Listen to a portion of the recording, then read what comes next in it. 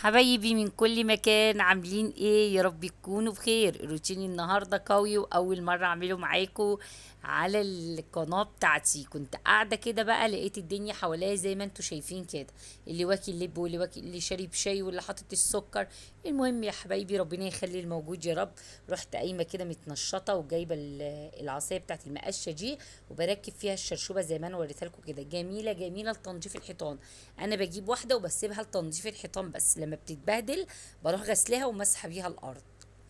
تعالوا بقى هنا كنت هعمل ايه كمان، قلت بقى ما بيديهاش هغير فرش الكنب زي ما انتوا شايفين كده. والكنب ده بلدي يا جماعه، من الكنب بتاع زمان الحلو ده. ورحت بقى ماسكه فرش الكنب كده مغيراه وجيت هنا على الترابيزه. عماله اقول الشيبسي ده بتاع مين، الشيبسي ده بتاع مين، طلع في الاخر بتاع ابني.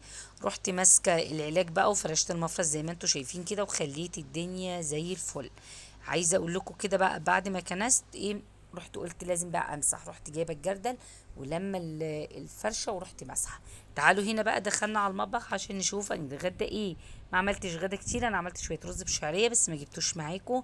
وعملت كوسه كده ني بقطع الكوسه وبرمي عليها الفلفل وبرمي عليها الثوم والبصل والطماطم زي ما عملتها قبل كده معاكم في كذا فيديو. بس كده. وكمان عايزه اقول لكم حطيت عليها واحده ماجي وعملتها من غير شوربه، بس مش قادره اقول لكم طعمها كان عامل ازاي. واحط عليها معلقه سمنه واحده بس وحطيتها كده على النار.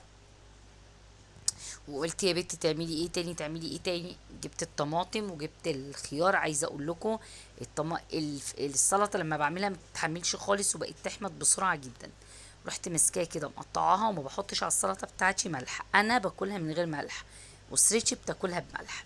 تمام كده. بقطع السلطه دي حتت كبيره عشان خاطر تفضل محتفظه بلونها. وهنا كنت خلصت خلاص وعملت الغدا. واوعوا تنسوا تحطوا لي اشتراك ولايك جميل، واشوفكم الفيديو الجاي على خير.